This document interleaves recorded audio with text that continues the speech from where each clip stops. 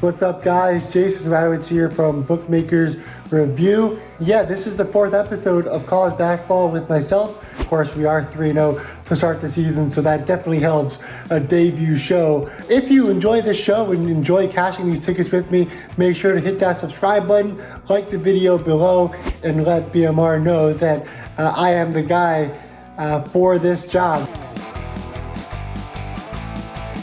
Alright guys, we got the W last night. San Jose State, they were up by 17 or something like that, and then ended up hitting the game winner to keep the game away from overtime. So it shouldn't have been a sweat. We were on the right side throughout the entire game, but it took a game winner to go and win that bet. This is why I go and take the spread instead of taking the money line, because sometimes crap like this happens in college basketball. So I always like to play it safe, and I do recommend that you guys do that as well. What is up, guys? Got 3 picks for you guys today. Just one official play. Minnesota plus 3.5 at minus 118. They're playing in the Asheville Championship, so on a neutral court against Western Kentucky, but I do think Minnesota gets the job done there. Also, like Columbia plus 5 against Marist, and Utah State plus 6 against Richmond.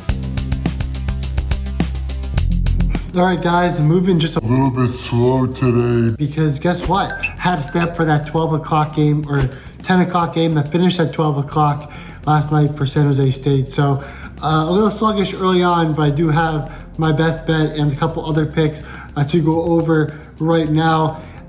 Minnesota, like I was talking about earlier, plus 3.5 against Western Kentucky. That's at minus 118.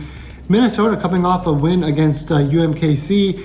71 to 56. They looked pretty good. They kind of held the lead throughout the entire game in that one.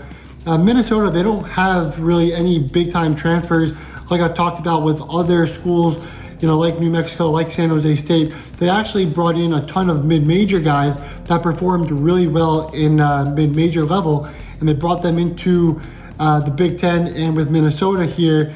And so right now they have 7 redshirt seniors. That's 7. So yeah, they don't have experience when it comes to Power 5, but they do have experience when it comes to college basketball, and that's what matters the most. They've looked really good so far to start the season. The cohesion's there, the chemistry's there. You have Luke Lowe, Peyton Willis, Jameson Battle, Elijah Stevens, Sean Sutherland, and Charlie Davis. All of those players have transferred from mid-major schools to play for Minnesota. And so far they've looked good defending the 3 against UMKC.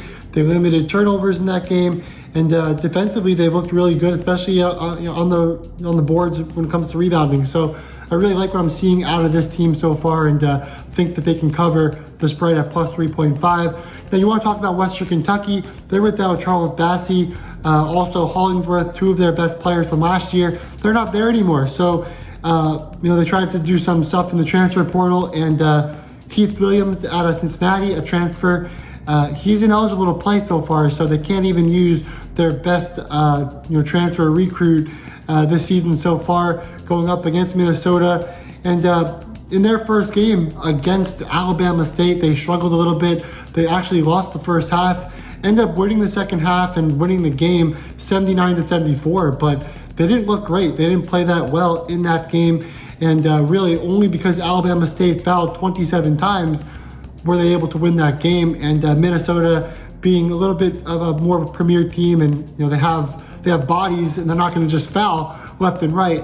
I think they get the job done here at plus 3.5 going up against Western Kentucky. I don't think Western Kentucky is that great, and I think Minnesota, even if you're a bottom tier Big Ten team, you're still a lot better than most teams in college basketball.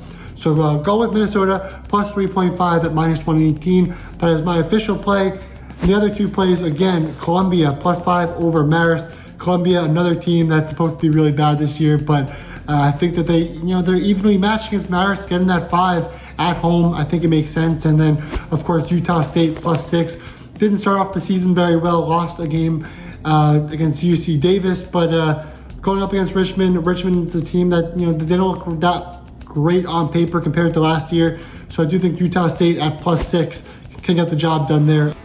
So I hope you guys enjoyed the show. I'm going to chill out. I'm going to get excited for this game for Minnesota to beat Western Kentucky. I'm ready for this. It will be on ESPNU, so I'm so excited to watch this game on national television, right, with that screen up there. So again, appreciate you guys. Make sure to subscribe, like this video, share it with your friends. Let them know that Jason Radowitz is cashing tickets right now.